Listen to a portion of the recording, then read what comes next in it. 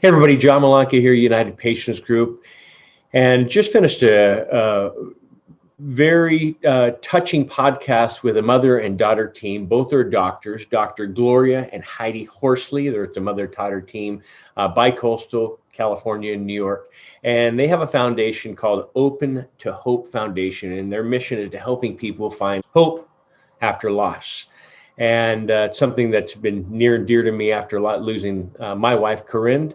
And I channeled her in helping others in our community. And this is something that Corinne and I did in our healthy days. But as I've spoken about, death doesn't discriminate, illness doesn't discriminate. And if we can be that shining light, like someone was a shining light for me when I was going through grief counseling, this is something that we want to pay it forward as well. And so I truly believe you'll enjoy this mother-daughter team, Dr. Gloria and Heidi Horsley, out of Open to Hope Foundation. So please enjoy and write your comments, share, and if you haven't subscribed, please subscribe. Shows like this not only help us, but help the community that we're reaching out to. So have a blessed day. Bye-bye.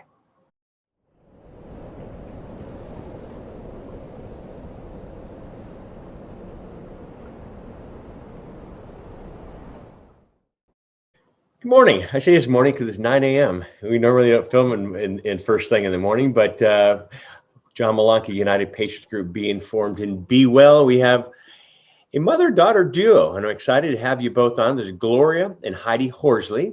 And good morning, ladies, and good afternoon. I know Heidi, you're in New York, right? Usually, right now I'm in Arizona. Oh, Arizona. Okay, so you're you're 1 hour ahead or behind us?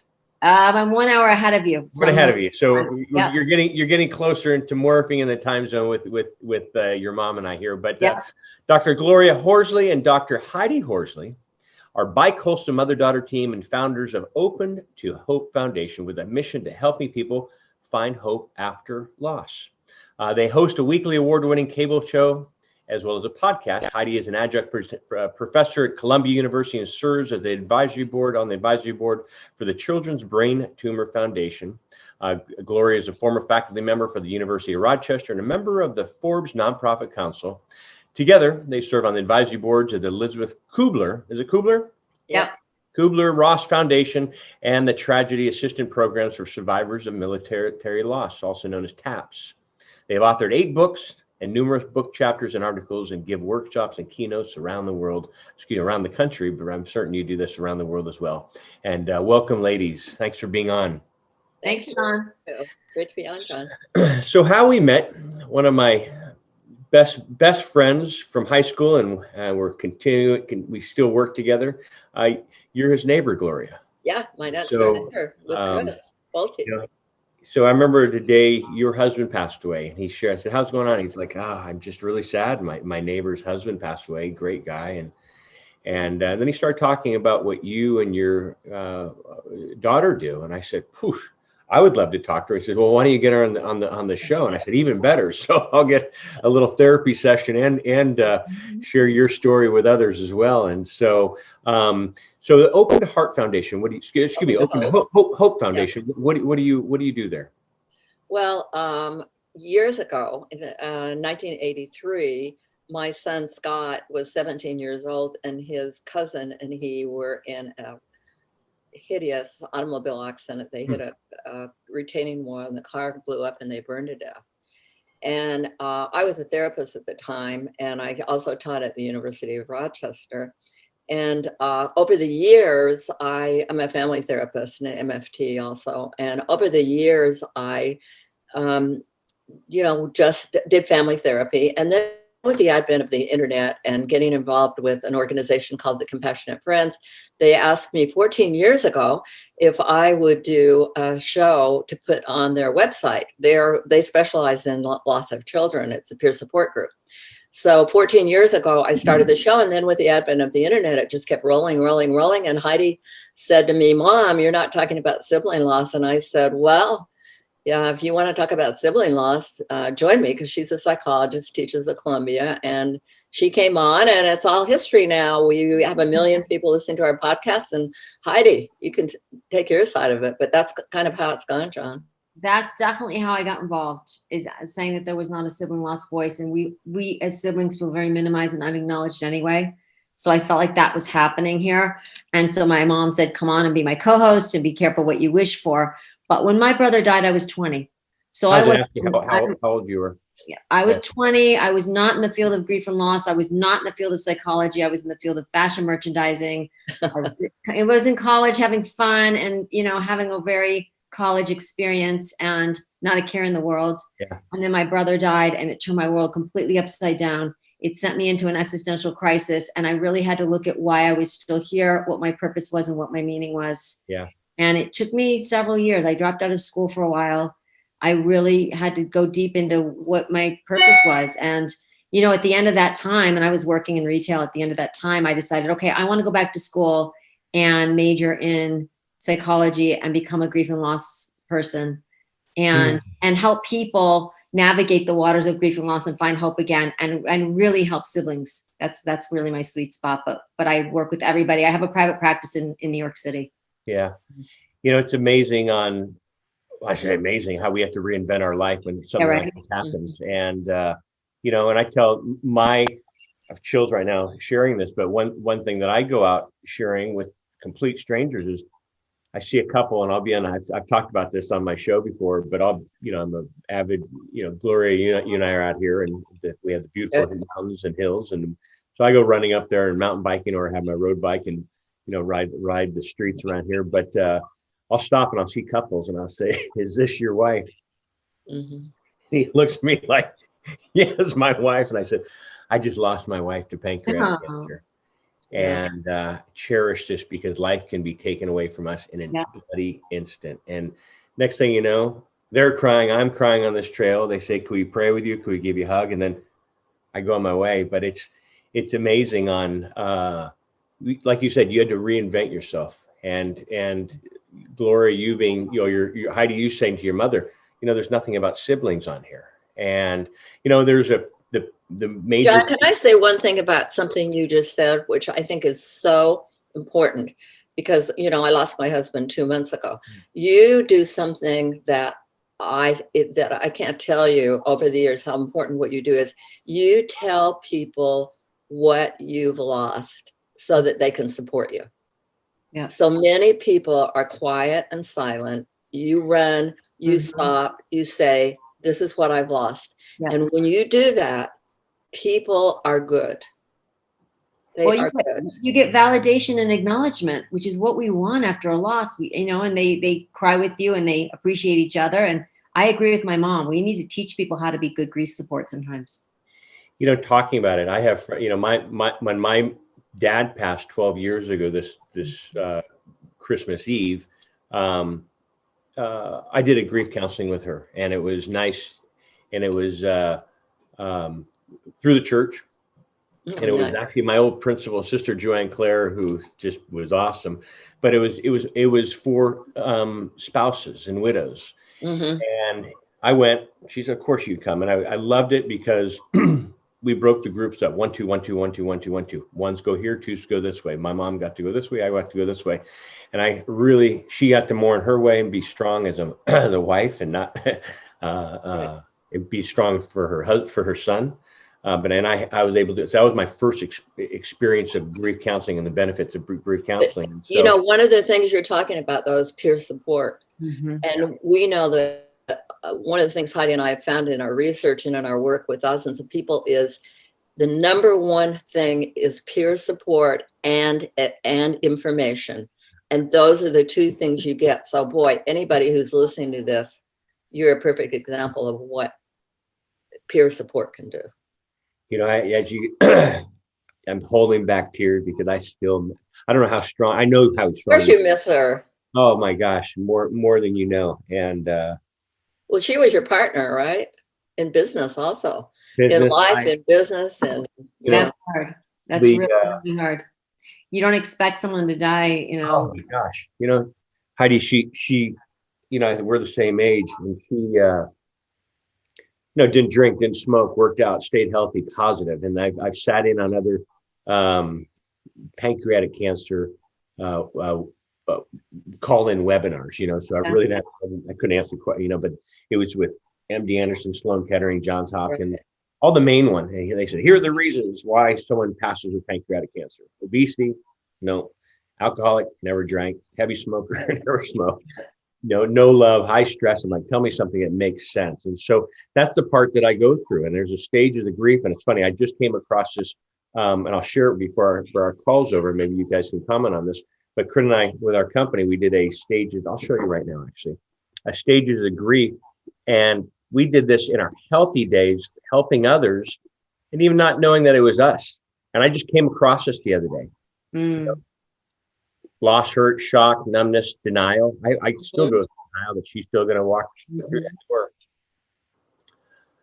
I really have an emotion outburst, maybe on my bike rides, but crying, but anger. I really haven't had fear. My friends are saying it's okay to have, or anger. It's okay to be angry. Fear, searching. Where fear really comes in. Stop at that for a minute, because I will tell you, it's fear of having. Parents are very, very fearful. They're terrified that they're going to lose another child. Terrified. Yeah. So I think it depends on if that fear comes in. And some people are afraid of their own death. But, but there is some huge fear, isn't there, Heidi, for some people? Absolutely. And I think early on, I know Dad has been gone for 2 months. Like this morning, I woke up my daughter really suddenly, and she assumed that something horrible had happened. At the beginning, you'll keep waiting for somebody else to call and say that something's happened, they've died or something. So the fear of it happening again to somebody, especially like you said, John, with your situation, with our situation, it was sudden and it was unexpected. They were in the prime of their lives. With my father, he was in the hospital with back surgery, but he died of a staph infection. So we certainly weren't expecting that either. And your mother, Gloria, and I were talking about this last week prior to sharing that. She said, love my husband, but losing a child. And do you get this, Heidi, as well as you, Gloria? Nothing shocks me anymore. Because I think I've seen it. It's like, and I'm in the business of helping people, and I still do it, and I still give people hope. I never give anybody false hope.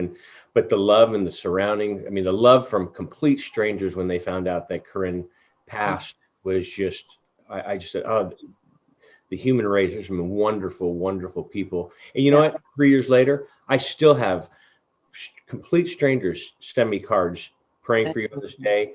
Or we have a mass said for Corinne today. I just thought, that's incredible. And the thing that's tough is a lot of people in my own circle I haven't talked to since Corinne passed. And that's a hard thing. That's a hard thing. You mean because people can't handle it? I think people just get busy. Some people are good grievers, some people aren't. And, one of the things that you're going to have to decide as time goes on, when you feel, there's a lot of research on widowhood. And one of the things is that about 4 years, people, particularly people your age, start coming really out of it. The 6 months is a height of depression. Second year is worse than the first because you're unfrozen. By the fourth year, you're really moving on. And then you have to decide whether you're going to welcome those people back into your life. Well, that's who were not good grievers.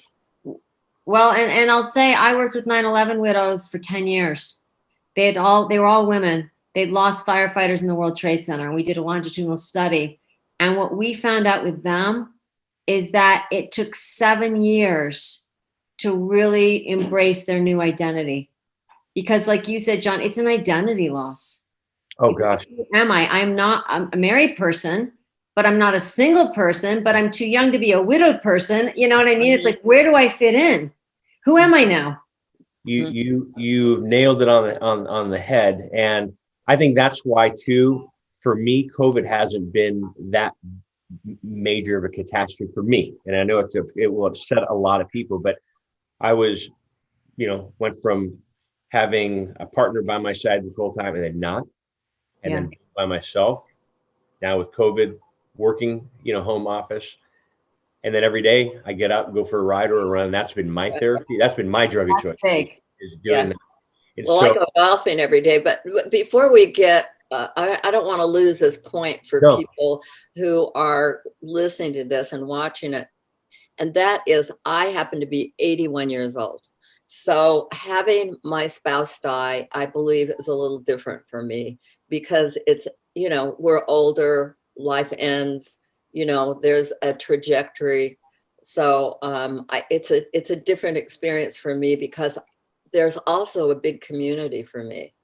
There are a lot of widows around who I get together with, who talk to me. I have a lot of peer support on another level, whereas somebody your age and your listeners who are younger, I can go out the door in my neighborhood, and meet a peer, and who's a little further down the road than me, and have them say, yeah. I had somebody over the other day and she said, keep busy. You know, everybody's got these little things for me. So I just wanted to say that to people, that you will hear different voices. And that's the beauty of the internet, podcast, whatever. You will hear my voice as a bereaved spouse, and then you'll hear John's voices, and you know, you'll find different little goodies. You'll hear Heidi, who's talked to, you know, interviewed a lot of people. So I just wanted to say it's different. I appreciate you. You're right. And like I said, it affects us all differently, and at all stages in our life. You know, I thought everybody had the love of their life pass away, and I was in a grief group, both one-on-one. And if anybody's out there with hospice really saved me. When I shouldn't save me, they offered one of their offerings is, I think, 22 or 25 free grieving sessions, and that was, it's, when your world is rocked and you just don't know what. It's take advantage of it, and it could be 6 years or 6 weeks whenever you're ready. I mean, I wasn't ready day 2. I think I was ready at month 4 or something like that. Some people aren't ready for years. And my mom's friend who lives down your way, you know, she lost her husband 20-something years. She goes to my mom. She goes, Aggie, I still haven't done it. And she's like, B, you have to do it. You have to do it. I mean, and I know where you are. You both are. There's Cara, which my mother's involved with, which is an amazing peer-to-peer support. And Mom, you're utilizing Cara and finding it useful. Yeah. Oh, I love it. I meet with my counselor on the internet every Monday from 4:30 to 5:30, and I love it. And what I do is during the week when I cry, I jot it down, and then I say, this is what happened. You know, it's really kind of amazing. And I love it. I'm surprised. I told Heidi I love Zoom because it's kind of like the Wizard of Oz. I don't know him that well. And he's just there behind the screen, and he's lost, it's peer support. He's lost a child and a spouse. So they really matched me up in an amazing way. That's great, Mom. That is, I want to get on to what you guys do, but I want to share this one, two stories. One, my counselor, and I think I shared that with you, Gloria, when we spoke last week. You know, she stopped me. She goes, I don't talk about my clients, but she goes, I have to share this with you. And this was probably about 5 sessions in. She goes, you're the only client that I've had over the last 20-something years that comes to mind that has never spoken about regret. All you're talking about is love, love, love. And I just thought, she said, you need to realize that, you know, you need to realize how special that is. And a lot of those, and then when I did the group counseling, I thought everyone lost the love of their life with their wife or husband in their hand taking the last breath like I did. Right. And it's not. A lot of them are like your son. You know, hi, honey, have a wonderful day. I love you. And they get in a car accident, or the spouse walks into the house and sees their husband or wife took their life. And I, you know, that's the one part of life I don't understand yet, is just like, you know, it's how we're here for such a short time, cherish it, and the friendships and the family and relationships. And so, but anyway, I can go, I appreciate, I'm using this as my own counseling. So what do you ladies do do you specialize in sibling loss, Heidi? Is that where your specialty is, or your niche? I see all different losses. I mean, I think the sibling loss is probably the biggest one, but I see bereaved parents, spouses, everything. Mhm. across the board. I applaud you both because I shared this with Kristen, who was my grief counselor. I said, do you go home and just leave it aside because you hear just people crying all day and sharing? And she said, it's tough sometimes, but it takes a special person. And so that's why I applaud you both for Well, the weird part was when my father died, I have three clients right now in my practice that have all had recent parent father deaths. Yeah. And I wasn't sure how I was going to work with them, but I think my brother taught me how to compartmentalize his loss. And the minute that I get on with them on a telehealth call, I have my dad in a box and I put him in there and I don't really think about him. I'm with them and their story, empathizing with them. And I try not to go into my own story in my head. Yeah. Because that would make me overly emotional and make me confused. So I don't do it. I wasn't sure if I was going to be able to work still with parent loss, but I'm thankfully I can do it because I've been seeing these people for a long time, and I would hate to all of a sudden terminate. So, yeah. That's why you also get it in a different way, Yeah. too. I will say that if you are looking for therapy or if you are looking for somebody to work with you, make sure you're a good match for them, because not everybody understands the world of grief, loss, and recovery and finding hope.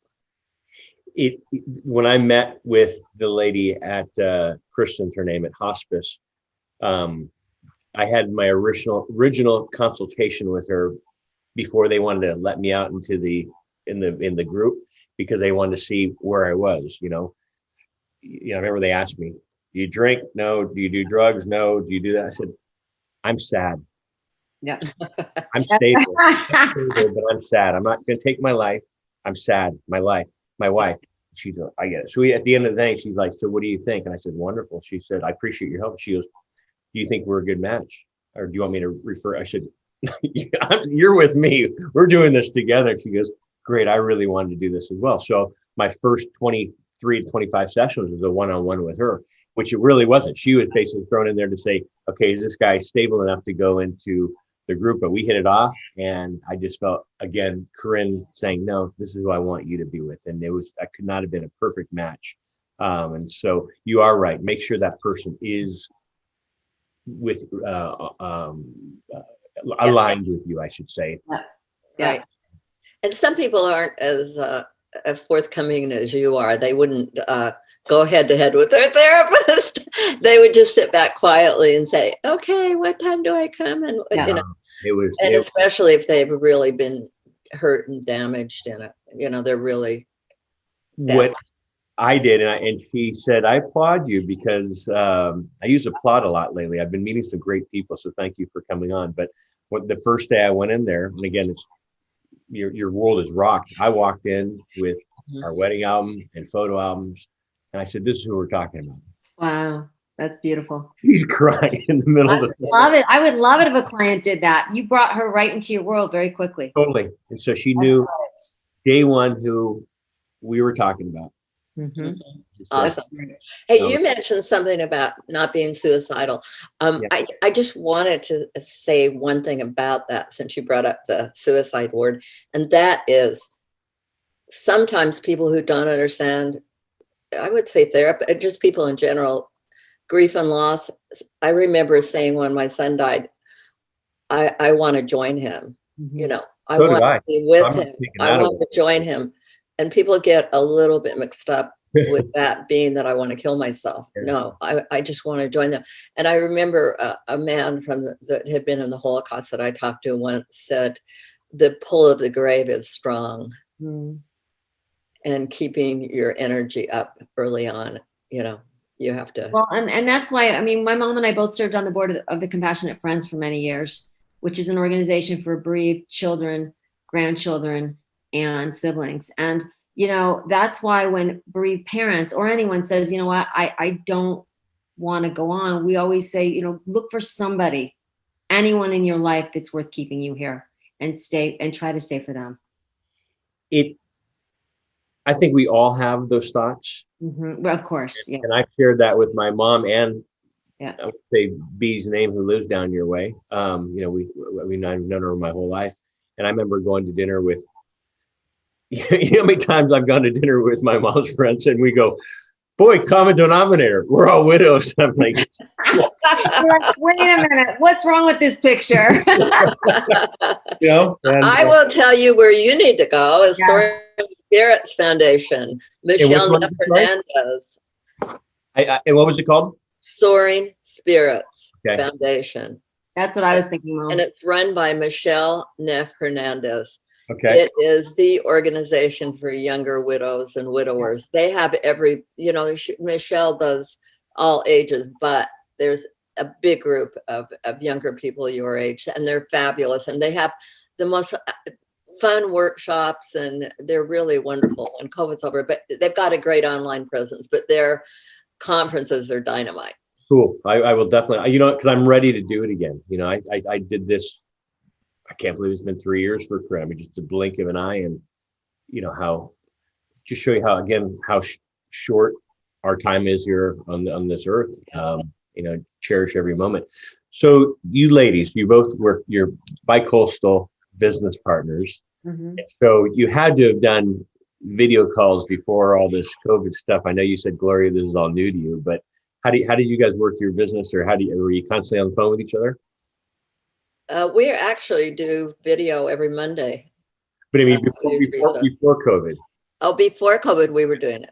Oh, you were? Okay, good. We've been doing it for 14 We've been doing podcasts for over 15 years. Yeah. They used to be called radio shows. So we do those online. And then my mom actually does have a place in New York City, which she's not telling you about. So we do television shows. We're on Sunday nights on television in all the 5 boroughs of New York. Yeah, okay. So she will come back maybe every other month or so, and we'll film a lot of shows when she's in town. Perfect. Well, good. So let's talk about your podcast. Talk about what your business is about, how people find you, and you know what are the steps if someone is going through. Is it always with a grief of a loss of a person that you're going through, or is it the other? Yeah, yes, and it's a death. We don't do divorce or other types of losses. It's an actual death that we deal with. So talk about your podcast. What do you do in your podcast? I like sharing other podcasts out there as well. The people that we have on, there are many people who have found hope after loss and done things like some of the people we've had on are the founder of Mothers Against Drunk Driving. You know, I just lost her name, Heidi. What's her name? Candace Leitner. Okay, so Candace is an example of somebody that we have on. Candace, like a week after her daughter was killed, started MAD, Mothers Against Drunk Driving. So not everyone does that high level, but a lot of people have done books, they do television, they do movies. Anybody who's had any kind of a loss, we have on, because they're exemplifiers of what you can do. And look at you. I mean, things that you can do with your life to support other people.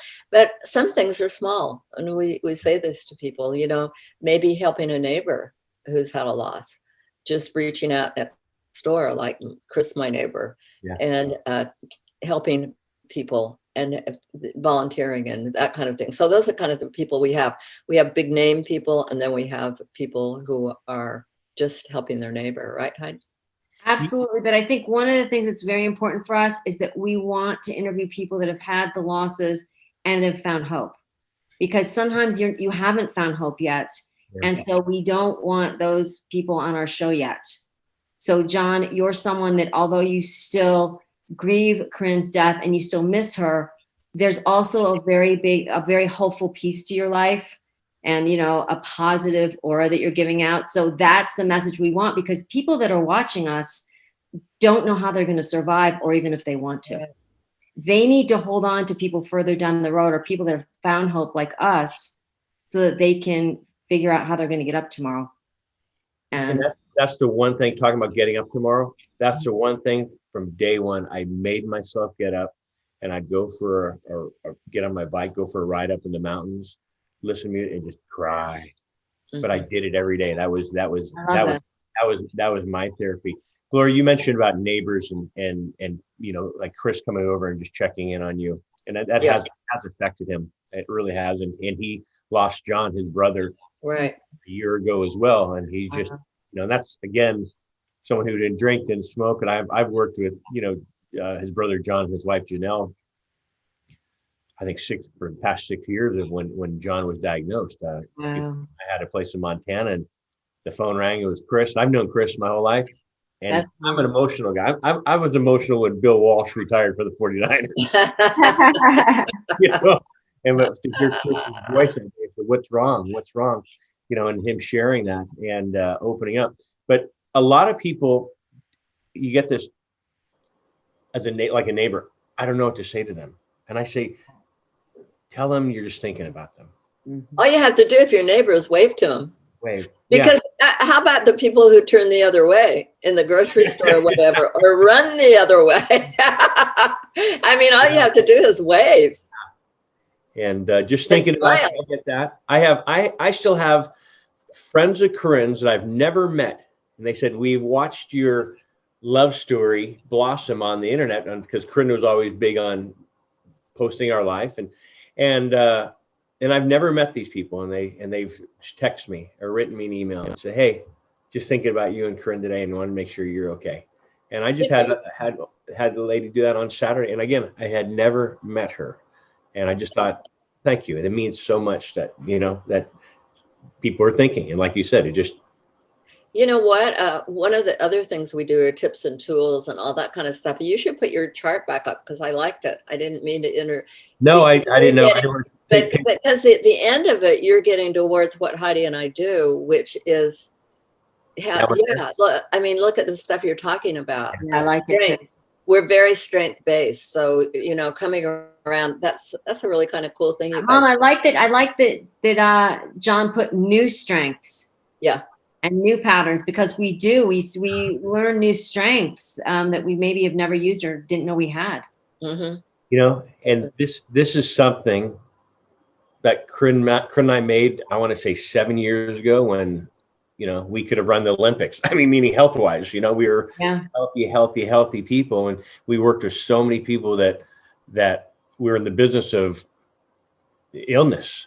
And, so we did this, just trying to help people. And now I kid you not, I just stumbled on this in my old files the other day. It's cool, because I love your new strengths, new patterns. Hope. I love that. We called our organization Open to Hope. We spent a lot of time working on that name. Yeah. And the reason we did is because we're not saying you got to be hopeful. You got to be hopeful. Look how far around you've got your hope. When you look at that thing, it's swinging all the way around. So we're just saying, be open to hope. Yeah. Just open your eye, open that there could be hope again. I mean, that's how desperate we feel. It's, re-entry, but new relationships. I mean, that's the part I was talking about that I don't get. It's like, God, we've had our dearest and closest friends that kind of just poofed away with Corinne passing. It just blows my mind. I mean, we have friends that we were going to do a 3-week trip with that I haven't spoken to since the day of her passing. I mean, the day after the funeral. That's not unusual, and it's really tough on teenagers and kids when that happens. Isn't that, Heidi, when you were 20, people want you to be fun at parties? Right. They want the old Heidi back, and you're trying to deal with the grief, and they can't deal with it. Also, I think it's scary for couples when you and Corinne, all of a sudden Corinne dies, and they're like, oh my gosh, what if that happened to us? I know from my friends that had never had sibling loss, they almost feel like it's contagious or something. It's like, no, it's not. Just because it happened to me doesn't mean it's going to happen to you. Right. But you are right. Like you're talking about your daughter this morning, I feel that it's like, okay, are these people going to die? And you go through that mindset. Right. I don't want to get attached to someone else. I don't want to be like them. Yeah. And so, but another good thing I've had strangers as well as friends saying, seeing what you and your wife went through has brought us closer together as a couple. And I want to thank you. And we thank you. Here's a book that John, that's my thought. When you approach people on your bike and see them and say, I lost my wife, I'm so glad you have each other. I think they need to take inventory of their own relationship and say, wow, we are lucky to still have each other. And maybe it strengthens them. I've had one couple look at me. It was like, I don't know what they were in their own little world, but they looked at me like, we're not even in love with each other. I don't know. Well, that's the other thing. Everybody that loses someone doesn't necessarily lose a loved one. Just because they're a family member doesn't mean they're a loved one. Yeah. Here's a book. Are you familiar with this book? Yeah. Oh, I love Louise Hay. Yes, of course. And I've read that book. Oh, I would read this to Corinne 4 times a day, and she said it just put calm and peace. And so anybody going to this, it's a great book. It's called, and it was given to me and Corinne. Louise Hay, Heal Your Body. As you can see, it's about a quarter. And I think there's one called You Can Heal Your Life or something like that. Yeah, she has a whole series of books. And she passed, I think, a month before Corinne passed, or a month after. And so, but that was our Bible. And she's amazing. I saw her in New York City live at the Javits Center, and she said she was 82, and she came on and said, "This is going to be the best decade of my life." I loved it. I loved her optimism, and she worked with AIDS patients and changed their lives. Hay House Publishing is a place to go. There are so many amazing people on that site, and great resources, and it's very optimistic, which I love. Yeah. Well, maybe John ought to read Real Men Do Cry. Yes, that's the other. That would be good for him. Real Men Do Cry. Yeah, I don't have a problem with that. This is a book Heidi and I wrote with Eric Keppel, who was a quarterback for the Detroit Lions. It's his story about going from a very dark place back into the light after his 15-year-old son dies by suicide. He talks about men and the messages you're given as men: walk it off, suck it up. Real men don't cry. Big boys don't cry. So he talks about tips and tools and things that have helped him. And he's very inspiring. Yeah. And you would have loved it because we got to go to spring training with him at the good. Detroit Lions. He was the quarterback for 15 years back in the day. And did he have other children? Because I have one of my best friends in Montana. He lost his son, Cassie, at age 4. And they have 4 children. Cassie was, when you said the children's brain tumor, that's what he had. Oh, wow. And so he beat it twice. They live in Montana. And at 4 years old, he said, no more pokes, no more pokes. He was too tired to go into the hospital. Wow, that's heartbreaking. But they continue on. A lot of families split up after that. A lot of families. People don't get divorced after loss. That's a myth. Is it a myth? Okay, good. There's absolutely no research that shows that. And it really scares people. And it's in books. And it's in books that good people wrote. And there's absolutely no valid research showing that people get divorced or families break up. The divorce rate isn't any higher than it is in the regular population. I have to share this, and that's Mike and his beautiful family. Wow. And Cassie there, and that's I love that Christmas picture. But they keep Cassie alive. How long ago did she die? He or she? He passed in 2012. Wow. And right after that, they had their 4th child, Rebel. They call that a rainbow baby. A rainbow baby? Yep. You know what? And they see maybe after a loss. And well, she is definitely channeling little we call Rebby, but Rebel. I love her name. That her name is Rebel. Hey,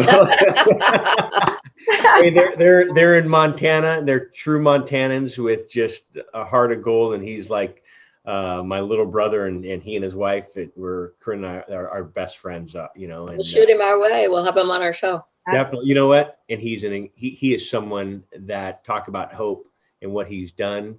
And I was talking to him yesterday, and he just changed his whole life. He said, I'm going to get into real estate. I said, okay, get into he's with Keller Williams. He's one of the #1, and he does it the way he does it is the Montana living style. And I'll show you, I know the backcountry, I know the schools, I know the communities. That's right. He has that niche like you both have that niche. And, but he's an incredible husband and an incredible father and an incredible friend, but someone who came out of this and said, you know what, There is life after loss. Yeah, there is life. Indeed. And you were talking about, Gloria, about 4 years. And so I'm at the 3-year mark. What happens at 4 years? And I know everyone's different. If you look at the research, it's just that people are now then moving on to their new life. They've integrated it. Yeah. How would you put it, Heidi? I think you're right, Mom. They've integrated the loss into their life. I mean, it's, we continue bonds. We don't sever relationships. And you know this, you don't sever a relationship with Corinne, but you integrate her into your life in a new and different way, and you invest in new relationships. And the other thing you are doing now, since you lost her, you were beginning your new history. So it takes time for us to rebuild a new history. Memories that aren't memories with Corinne. New memories that are about your new life. Yeah. Around the house, it's a shrine of Corinne in our life, and and it's tough for others because everyone says, "Hey, she doesn't want you to be happy. She wants you to move." I'm like, no kidding, but I'm not ready to do that yet. Right. Well, that's John. You know what I say to people that say Corinne would want you to be happy? I say my head knows that. Yeah. And intellectually, I know that, but my heart isn't ready for that yet. So there's that. Of course, she'd want you to be happy, and you're moving in that direction. Yeah. Yes, you are indeed.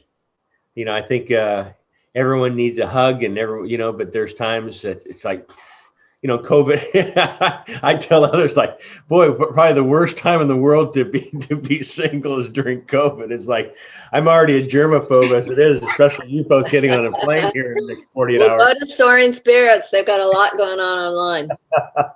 Definitely. So, so what can you share? And I appreciate you coming on the show as well. But what can you share for anybody that has a loss, right away, or a loss 6 months ago, or a year ago, or further? What can you share for those that are going through this? I guess right now it's been really hard. It's been a lot harder for me to not have my dad here than I thought it was going to be. It's been really a challenge for me during the holidays. Yeah. And what I keep doing, and I have a lot of breakdowns. It's been really difficult. I keep. I know you're human as well, so therapists do break down as well. Absolutely. Okay. And I think what I keep going back to is, what would he say to me right now if he was here? What advice would he give me? What would he want me to know? And I keep going back on all the things he taught me growing up about, and I know, and I always say this, my mom and I always say this, he'd want me to be open to hope again. And so I keep going back to that, but it's been hard. It's definitely been hard. The holidays are a hard time. Yeah. Oh, yeah. Oh. Anyway, even on the healthy time right, as well. Right. Exactly. You've got COVID, so all you've got is you're here with your thoughts, right? Yeah, I have a lot of those too. I always say I can put a chip in my head, and I mean, even in our healthy days, my mind never stopped. Gloria, I was going to ask you. Yeah. About a year ago, I took my wedding ring off. Oh. And that felt that was tough. Yeah. And I started wearing it on my other hand, and I was feeling like, oh my God, where is it? And I realized it was over here. And about one day I was rushing out of the house, and I grabbed it, and I was driving, and I put it on my on my left hand, and I just felt, oh my God, it was, strange. I didn't know which way. I don't wear it now, but my mom still wears hers, and I'm certain, it's funny. All the women in my life, I said women in my life, both my grandparents and my mom, both my grandmothers outlived their husband, my grandfathers, for 20 something years, but they never dated. They never took off their wedding ring, and so do you, well, I could show you, I have a ring. This is what happened to me.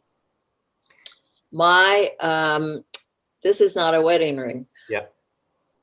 My husband gave me this ring for my birthday when he was in the hospital. It's a lovely Cartier leopard, and it's not my wedding ring. And my daughter across the street, Heidi's sister. Sorry. You have two other siblings, correct? I have 3 daughters. Yeah. 3 daughters. And 10 grandkids. My daughter across the street was robbed, and they about a month ago, Heidi. Come on. And they stole all her jewelry. They came in through the back window and took all of her jewelry, and she had her diamond wedding ring there. Yeah. And I laughed because I've been wearing this ring because this is the last thing my husband gave me, and it's not a wedding ring. Yeah.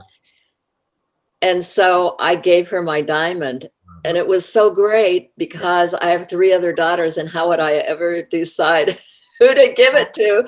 But the girls could handle it because she was robbed, right, Heidi?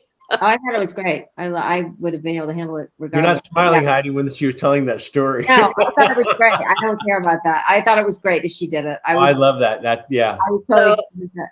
So it was a perfect way to give up my diamond wedding ring. And another thing that's happened to me recently is that I play a lot of golf, and I belong to a club. And, at the club there, or in other places, they call you Mrs. Horsley. Mm-hmm. And they have to call you that. It's the protocol. And so I have a doctorate. So I have asked them all to call me Dr. Horsley. And I called you Horsley. I'm sorry, ladies. Come on, you got to stop. You got to correct me. I'm Malanca. People call me Malanca, and I always say so Horsley. I'm sorry. So anyway, so I'm asking people wherever I go to call me Dr. Horsley, where they have to call me Mrs. because I'm not Mrs. Horsley anymore. There's no Mr. Horsley. So now I get to be Dr. Horsley. Doctor. So that's how I'm reclaiming. Well, I'm reclaiming who I am.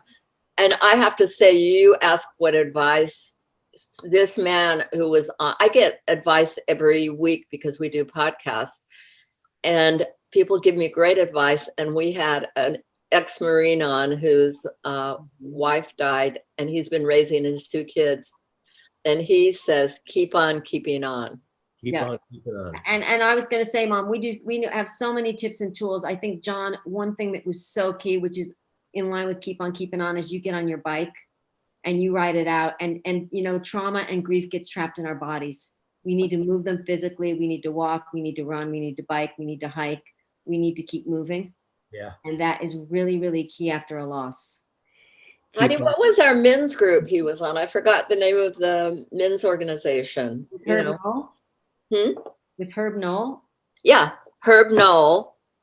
And it's called, it's only for men. So make sure, get a hold of Herb Knoll. Look at him online. Not only, and they have isn't it K-N-O-W? K-N-O-L-L. Yeah. Okay, but K-N-O-L-L. And it's called, oh my gosh, I can't believe I can't think of the name of it right now, but it's for men only. And if you listen to our show, it's not going to be on for a little while, but the guy who was on is named Penty. And it was a great show. And he was a Marine raising his kids alone. And he just keep on keeping on.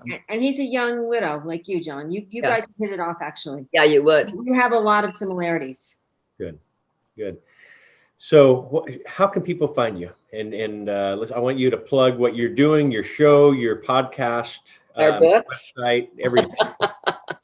You can find us at opentohope.com. We're on Apple Podcasts. Yes, okay. If you come to our site, you'll see we have over 400 people that write wonderful articles for us. We have radio shows, we have TV shows, we have YouTubes, just tons of information for you there where you can maybe find your little niche. Heidi, you've got a comment about where we are? I think that's it. All of the Sunday night television shows that we do, we record. And they are on our site, opentohope.com, for those that don't live in New York. So you can watch them anytime you want. We also have a search engine. So you can go in and say, okay, I am searching for, I'm a widow and my wife, I'm searching for anything that deals with being a widow. And that'll do a pull down with all the articles, the podcasts, and the shows right there for you. You have a wide variety of teammates on there as well, I saw on your site. Mm-hmm. And our tagline is always this: if you've lost hope, please lean on ours until you find your own, and come and visit us at Open to Hope. Beautiful. We'll leave it at that. The ladies, Dr. Horsley and Dr. Horsley. Doctor. Have a wonderful trip. I won't share where you're going, but have a wonderful trip. Okay. I hope you find they find your golf clubs, Heidi. Thank you, John. I had COVID back in March, so I'm clear and have the antibodies, which is a beautiful thing. Glad we have the vaccine. Wishing everybody a happy, healthy 2021. 2020. And then what a year, what a year. So Yes. blessings to both you and Dr. Gloria, thinking about you and your husband, as well as Heidi and your dad. And what was your son's name, Gloria? Scott.